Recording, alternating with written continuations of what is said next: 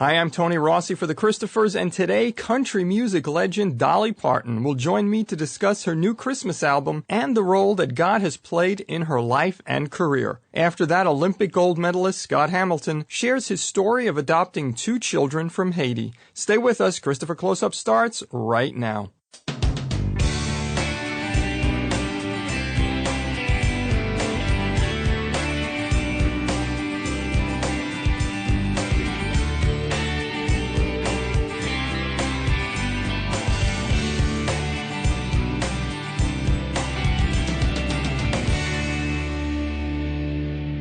Hello and welcome to Christopher Closeup. I'm Tony Rossi, and it would take me this whole show to list all of Dolly Parton's accomplishments as a singer, a songwriter, actress, philanthropist, woman of faith, and even Christopher Award-winning producer. To put it succinctly, she's a legend, and she just released her first Christmas album in 30 years. It's called A Holly Dolly Christmas. And before I talk to Dolly Parton about it, here is a clip from the album. This is Circle of Love. Circle of love, halo of light. When Jesus was born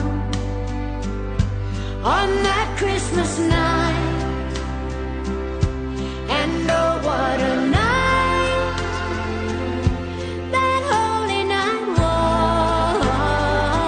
was, when Bethlehem glowed in a circle of love.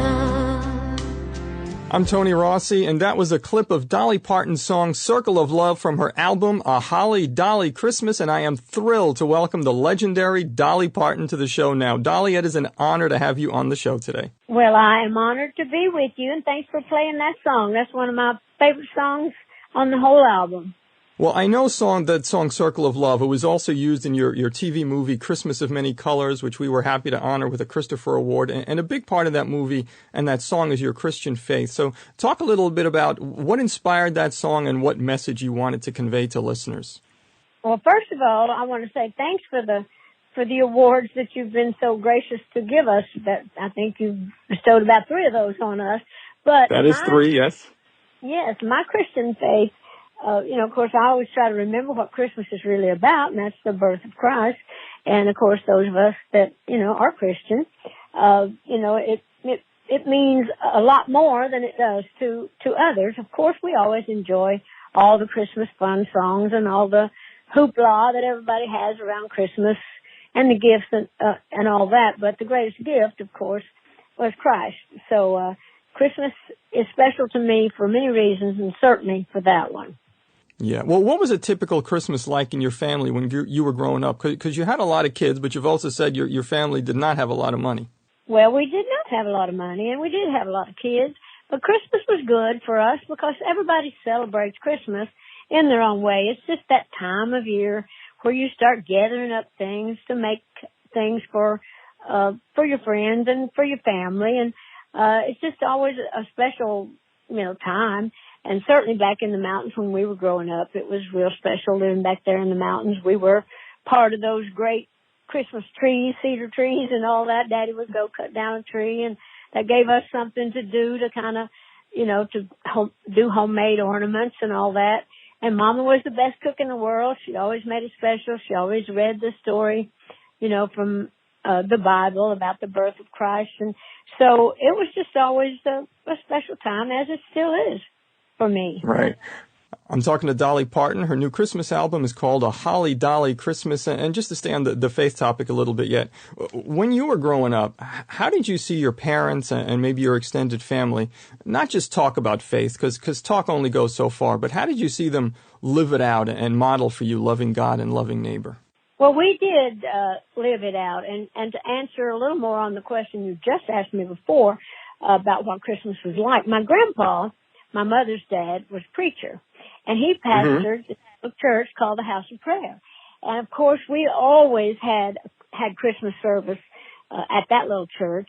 But Christmas, the story of Christ went year round in our place. We had Wednesday night prayer meeting, we had Sunday school, and Sunday night prayer meeting. So, but Christmas for us was just really singing all the great Christmas songs, Mama reading the story from the Bible, Grandpa talking about it. And so, I was just brought up in that, believing that through God all things are possible, and that, yes, Jesus loves me and all of those things. So, that's just so embedded in me. It just follows me through everything that I do. It's in my songs, it's in my heart, it's in my speech. And I have, I'm proud to, to have that in my background. It keeps me humble.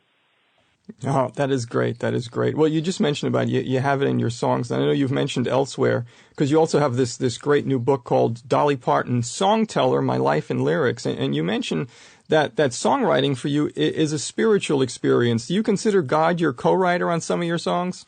God is my co-writer. God is my co-pilot. God is everywhere. I always, he's my co-director, executive producer. Anything that I do, I always kind of keep God, first and foremost, because I feel like that's where I draw my strength.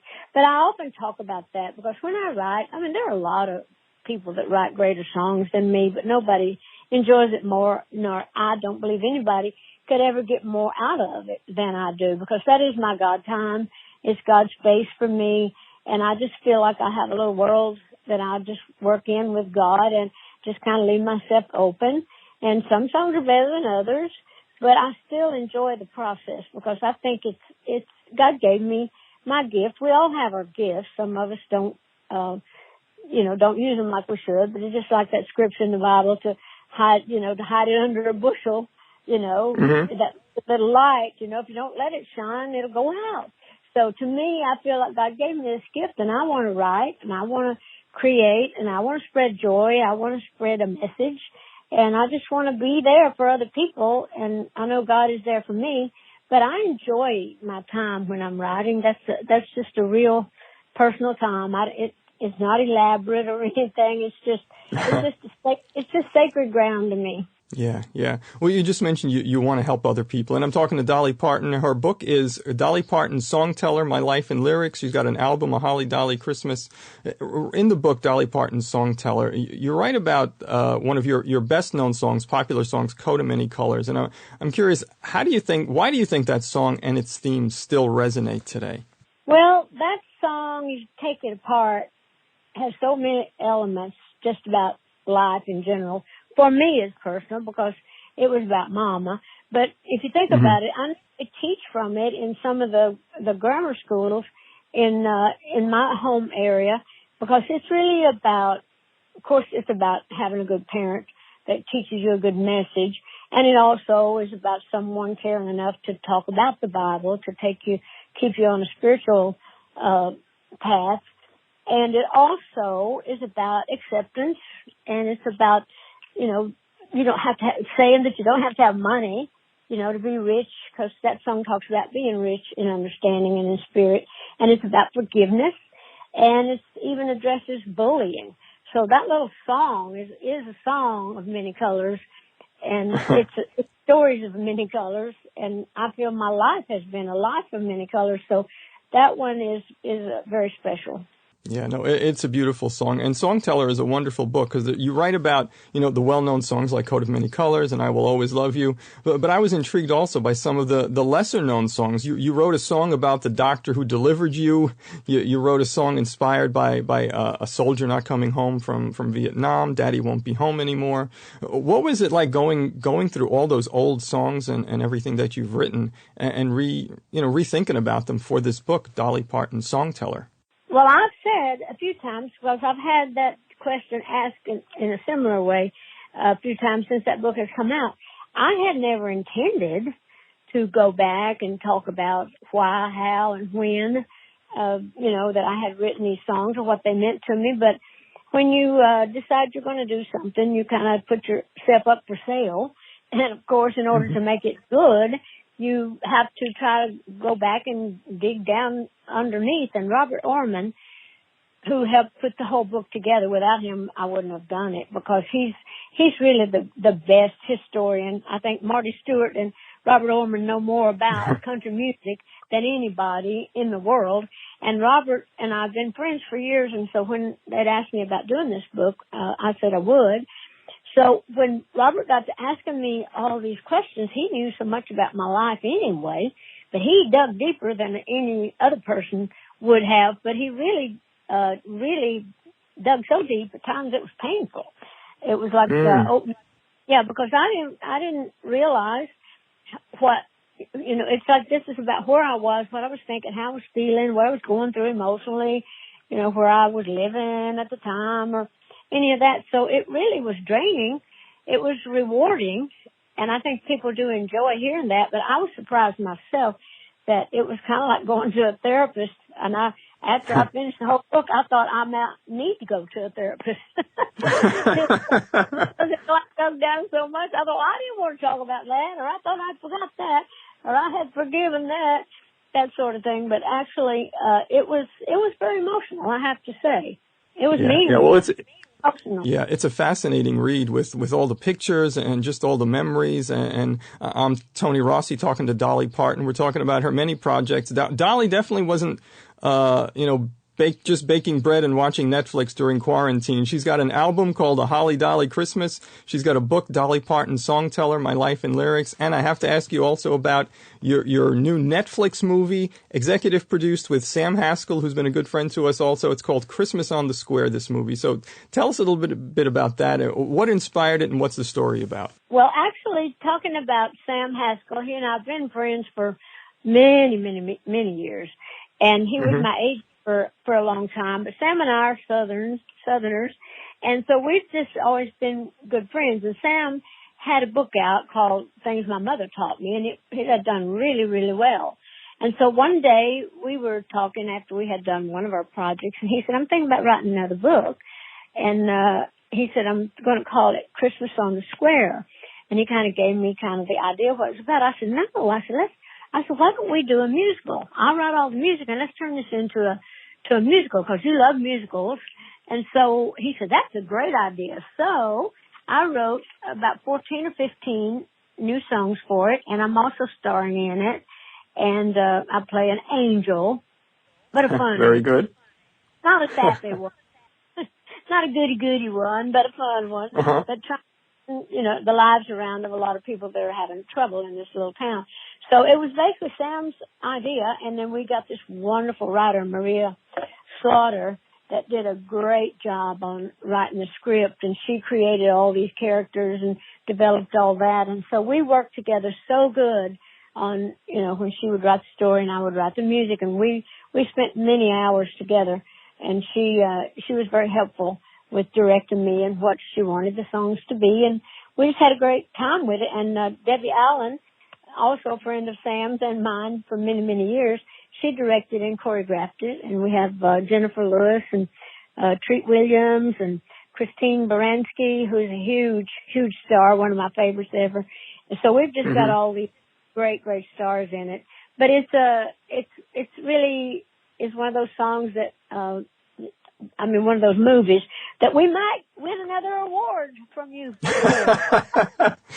You very well might. And, I think in this year especially, everybody could use a good upbeat Christmas story, a Christmas musical. So Christmas on the Square should definitely be on everybody's watch list. Dolly, let me also ask you, because on the back of all the Christopher Awards you've received, there's the motto that we have, it's better to light one candle than to curse the darkness. When you hit times of darkness in your life, how have you been able to light that metaphorical candle in order to have hope for a brighter future? Well, I just go to that God core inside of me, even when I feel like my little light, my little pilot light might have gone out. I know it's still there. I just have to reignite it sometimes, and I just have to do that through prayer and through faith and through love of friends and family. Yeah, no, that's great. And I just know one other question, because I know one of your really loves is you founded the Imagination Library, which has donated 147 million books and counting to children worldwide. And I know your father was the inspiration for that because he didn't know how to read. What impact have you seen the Imagination Library have on kids, both in terms of literacy, but also just building self-esteem and feeling good about themselves? Well, I love that part best of all. The very first book that they get is the little famous book, The Little Engine That Could, and I think that's just such a confidence builder. And I know I've loved that book all my life, and I often say I'm a little engine that did.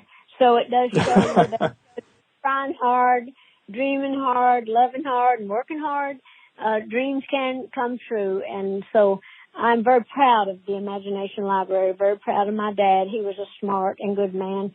In spite of the fact that he couldn't read, he took great pride in the Imagination Library, and we're just happy that we're getting so many books in the hands of so many children. So they're telling me I have to go now. Okay. We're back to back with our interviews, but thank you so much for taking the time and letting us talk about all these wonderful things. Thanks, Dolly. It was an honor. Thank Bye-bye. you. I'm Tony Rossi. You're listening to Christopher Closeup, and now to play us into our break, here is Dolly Parton singing A Holly Jolly Christmas. Ho, ho, the mistletoe hung where you can see. Somebody waits for you. Kiss him once for me. Have a holly jolly Christmas. And in case you didn't hear, oh, by golly, have a holly jolly Christmas this year. At Christmas time, we celebrate the birth of the Prince of Peace, who modeled loving and giving for all of us. So to help you get in touch with the spirit of the season, the Christophers have prepared a news note called Peace, the essence of the Christmas message. It features stories, reflections, and poems that will move your heart and soul closer to the divine Christ child and transform your faith into action. To request your free copy of Peace, the Essence of the Christmas Message, send an email to radio@christophers.org or call our toll-free number at 1-888-298-4050. That's 1-888-298-4050. We look forward to hearing from you. Welcome back to Christopher Closeup. I'm Tony Rossi, and if you were with us on our last show, you heard Scott Hamilton talk about his podcast, Live Your Days, along with several other topics, such as how he went from an adopted child with low self-esteem to an Olympic gold medal winning figure skater, how he came to be a Christian believer as an adult, and how his faith has helped him through battles with cancer and 3 brain tumors. But I didn't want to let Scott go without asking him about him and his wife Tracy adopting 2 children from Haiti. So when time ran out on our previous episode, we kept talking. Here now is the rest of my conversation with Scott Hamilton. I want to touch on one more topic. You mentioned that you were adopted as a child, and I know that you and your wife Tracy have also adopted 2 children from Haiti. And I'm curious, what motivated that decision? And I mean, did that choice of adoption resonate especially because of your own background? Being adopted is a huge part of my identity, and I was loved unconditionally, sacrificially loved. And, that kind of experience of seeing my family, my mom and dad leverage everything they had to, get me the health care I needed when I was little, and they put me in skating almost at their own financial ruin. I was an adopted child. I wasn't their birth child. And it taught me that it doesn't matter if you're biologically a child or if you are chosen. It's either way, you're in this family, and to be in family it's treasured gift. There's so many children out there right now without homes. There's so many orphans out there. There's so many kids that just through circumstance can't live in the homes that they grew up in, and they're on their own. And it's really a shame. So growing up adopted, I always, had questions about my identity physically. Like, why do I look like this? And why do I have these instincts and abilities? And where'd I come from? And who? And it's like, then you take a step back and you say, well, what matters more is where I am right now. Yeah. And so I always grew up kind of with those curiosities, but not in a way of actionable curiosities. But when my son was born and I looked into his eyes, I was looking into flesh of my own flesh for the very first time ever. And it was really powerful. And I saw my eyes, like his eyes were my eyes. And it was so powerful, and it changed everything. My world just changed in that instant. And, then the earthquake happened. We had another child miraculously, Max. And that was another experience, just amazing. It was miraculous. When you have testicular cancer treated with surgery and chemo, mm-hmm. and then you have a pituitary brain tumor, fertility is not like one of those things that you can really celebrate. Yeah. So, Max, when he was born, it was like we joked that he was Miracle Max, because mm-hmm. it was like there's no reason in the world that he should be here. And he's answered so many other questions I've had about myself. It's like he came out with flaming red hair. So wow. I guess I'm Irish, so question answered. But when the earthquake happened in Haiti, it shattered my wife's heart, and she had to get there. She just had to get there. And so, mm-hmm. We weren't thinking about adoption or anything else. And it was funny. Aiden there was a Christmas tree before my wife's first trip down, and they were volunteering at the nonprofit that goes down to Haiti to serve the people down there. And there was a Christmas tree with pictures on little like cutout trees of all mm-hmm. the children in the orphanage that they serve. Yeah. And so Aiden was looking at the tree with all those faces on it, and the woman that was one of the partners in the nonprofit said, Aiden, would you like to know about any of those children? And he goes, yeah, what about him? And she goes, oh, Jean-Paul. What drew you to Jean-Paul? And he goes, his smile.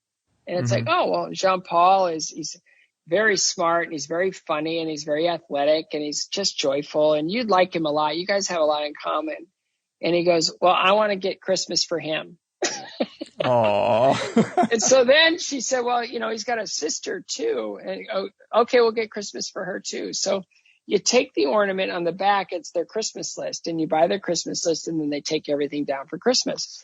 Mm-hmm. So when Tracy was going down to Haiti for the first time, she mentioned Jean-Paul to Aiden and said, would you like to record a video for him? And Aiden said, yeah, I'd like that. So he recorded a video for Jean-Paul. And so Tracy's mission was to find Jean-Paul when she was down there and play this video. And as soon as she played the video to Jean-Paul, basically he and Eveline really never left her side. They just sort of were with her all the time. Mm-hmm. And after several more visits, Tracy has been to Haiti 28 times. After several more visits, she hated to leave, and she hated to leave them. Mm-hmm. And one time we were landing, we were on a trip together, and her phone rang and she couldn't answer it. So it went to voicemail because we're on the plane, and she checked the voicemail. She goes, oh, I guess it's from this woman who runs a nonprofit. And, the second she heard Jean-Paul's voice on the other end of the phone, leaving her message, her heart just shattered. And she said, why do I feel this way? And her voice in her head said, because he is yours. Wow. And it was just, we got to get these kids home. And so, through a series of miracles, we were able to bring those kids home, and they've been here ever since. And, it's hard. It's a hard place. Haiti's a tough place. And so, we've worked really hard, and Jean-Paul is now living in Colorado, building his life, and Eveline is a sophomore in high school and crushing it. She spoke 10 words of English when we brought her home, and she's been Honor Society for the last 4 years of the 6 years that we've had her home. She spoke That's 10 great. Words of English, and I can thank Great Parenting for her being able to do this, because they love to watch movies. They love, at the orphanage, they'd watch movie after movie after movie. It was just a way to fill the days. And she would go, I want to watch a Harry Potter movie. And I go, no. And she's like, why not? And I go, because the books are better. And she goes, no, movies are better. I can see them. I go, no, books are better because they ignite your imagination. Mm-hmm. And she goes, and I go, well, I tell you what, here's the deal. You read the book, you can watch the movie. And so basically by reading Harry Potter books, she learned how to speak English fluently. Wow. And so she read all 7 because she wanted to earn each movie. And since then, she became this voracious reader and a straight A student. It's amazing. But you adopt because it's not, it's like, I think today I'm going to adopt. No, there's something in your spirit. There's something in your heart that is just longing for you to share yourself and to have someone share themselves in that way of building family. And it's a remarkable journey. It's not always easy. In fact, it can be really challenging, but at the same time, with each child, your heart grows, twice, 100 times its size to accommodate that child. Sure. No, that's a beautiful story, and I love the fact that it had a Christmas dimension since we're in that season. So thank you so much for sharing that with us. I'm Tony Rossi. You're listening to Christopher Closeup. I've been talking to Scott Hamilton. You'll know him as an Olympic figure skater, a gold medal winning figure skater at the Olympics. But today I think we just learned so much more about the man himself and his life and his faith. And please visit his podcast. His website is liveyourdays.com. Scott's personal website is scotthamilton.com. His children's book is Fritzy Finds a Hat, book for adults, is finished first. This guy keeps very busy, as you can tell from all these projects. So, Scott, thank you so much for sharing so much of yourself and your life and your faith with us today. Well, thank you so much, Tony. And I hope people will go on Live Your Days and take the 30-day challenge. It's a lot of fun, and every day you get something uplifting in your email box. And I've enjoyed doing it, and I think everybody out there will enjoy it as well. So thanks so much for having me on today. I thoroughly enjoyed our conversation. God bless you. Thank you. Now, before we end today's show, here's a message the Christophers would like to share with you. In his letter to the Philippians, St. Paul reminds us that instead of worrying about our problems, we should surrender them to Jesus, who will give us a peace that surpasses all understanding. While that's great advice from St. Paul, following that advice can be difficult when we're facing life's hardships. That's why the Christophers have prepared a news note called Seeking God's Peace in Troubled Times. It will give you the guidance you need to stay grounded in your faith when challenges arise. To request your free copy of Seeking God's Peace in Troubled Times, send an email to radio@christophers.org or call our toll-free number at 1-888-298-4050. That's 1-888-298-4050. We look forward to hearing from you. In closing, I want to thank all our listeners for tuning in today, and I encourage you to visit our website at christophers.org to learn more about the Christophers and to download free literature and podcasts. When you're there, you can also find links to our blog and our Facebook and Twitter pages. And if you have any questions or comments about the show, you can send an email to radio@christophers.org. Our engineer for today's show is Brian Bonifacio, and I'm Tony Rossi, your host. Thanks again for joining us, and remember that it's better to light one candle than to curse the darkness.